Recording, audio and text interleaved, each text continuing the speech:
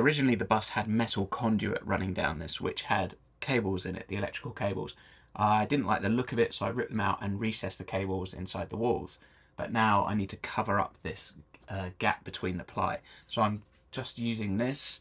I've given it one coat of paint, but it looks pretty messy, so it needs another coat. I hate painting, absolutely hate it, but tough. So I'm going to give it a quick coat, screw this into place, and hopefully it should make the ceiling look a bit nicer.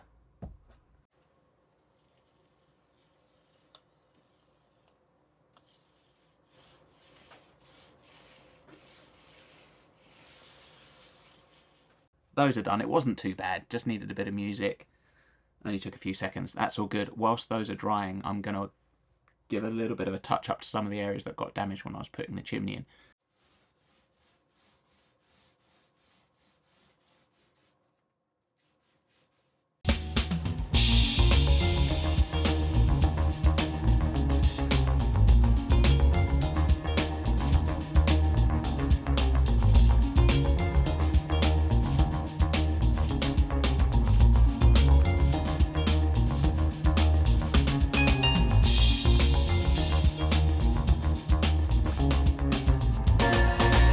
I'm not sure what happened there, but I ended up painting the entire ceiling. Do you have a thing in your relationship where one of you's kind of like quiet, relaxed, like, it's fine, it'll be fine, and the other one's a bit, oh no, if it could just be a bit picky? I'm the latter in that scenario. Can't help it. I thought, the ceiling colour's not quite right, doesn't match the sides. Ended up doing the whole ceiling. I need to chill out probably a bit more, but hey, it looks good. I'm happy with it now. It probably looks absolutely the same before and after on the camera, but there is a big difference. Chewing gum white is now proper white, and it matches the sides, and I'll be able to sleep bright.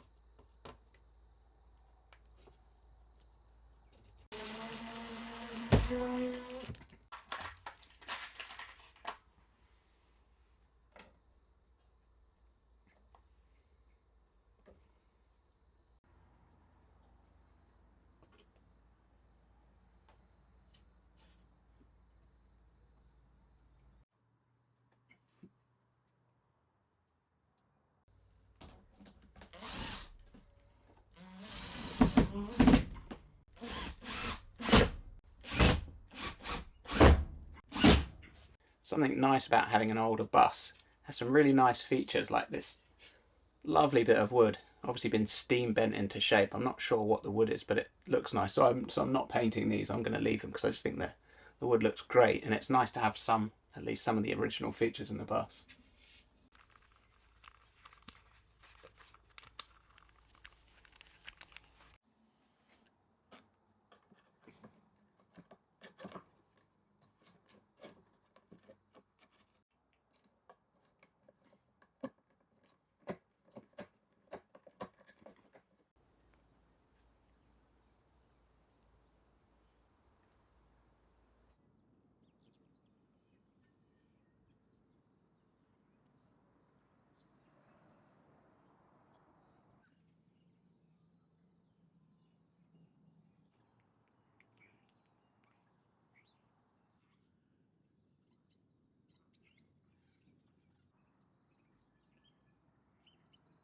It's autumn here, and I'm planting all of the cold tolerant plants that will last through the winter. So I'm planting things like cabbages and kale, and I've got some celery over there, and some onions, some Chinese cabbage. But rather than take out the warmth loving plants, which aren't doing so well now, like the peppers, the sweet corn, I'm actually leaving them in, just, and then interplanting with the winter plants, just because I'll still get something from them. The sweet corn, I've probably got one cob that will come off here, and these sweet peppers here are coming through, so I'll probably get a couple of peppers on before they give out, because I don't think they'll make it through the winter. Once the smaller plants for the winter grow up, I'll take these ones out. We've only been in New Zealand for a year, so I'm not used to growing stuff here, and I'm really enjoying kind of experimenting when I can and can't plant stuff. So this is the third planting of sweet corn.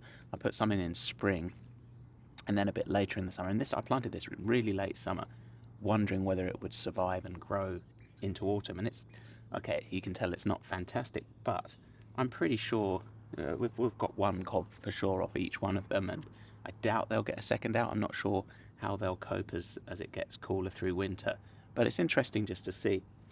I've also interplanted here with pak choi, which I really like pak choi.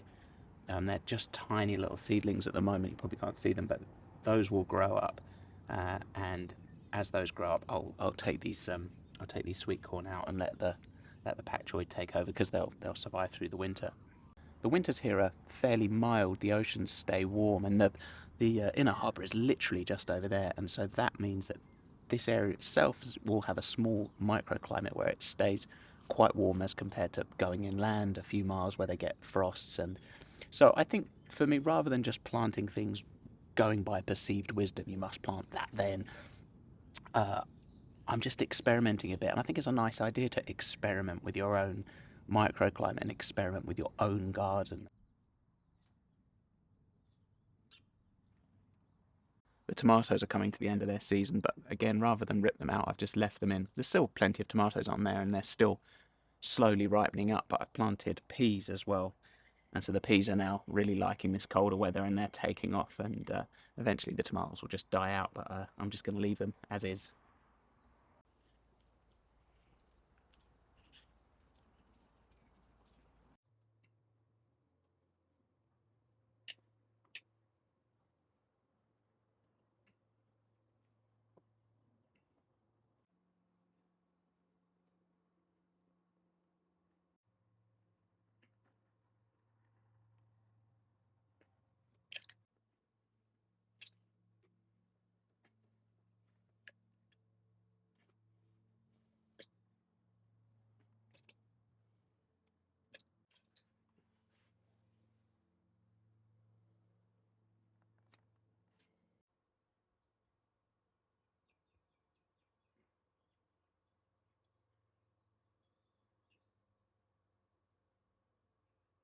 I like corking. It's funny how just a few minutes on one tube of cork and the place has a different kind of look to it. It's weird. I mean, these little gaps, particularly when you're painting white and then you've got gaps that are then black, and our eyes are drawn to those gaps, those little imperfections.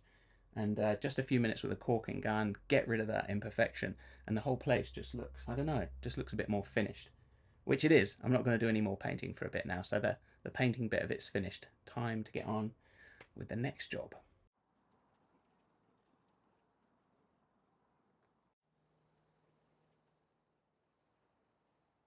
Some friends of ours just brought a huge load of rhubarb for us this morning. So I'm going to plant it along here. I'm going to get rid of that bush there first, mow the grass short, dig it up, chuck the rhubarb in. I really like rhubarb. We have porridge for breakfast, chuck a bit of rhubarb in it, and it's great. So it needs to be near the kitchen, so that's a good spot for it. We had a lot of rain last night, which will make digging easy, or easier.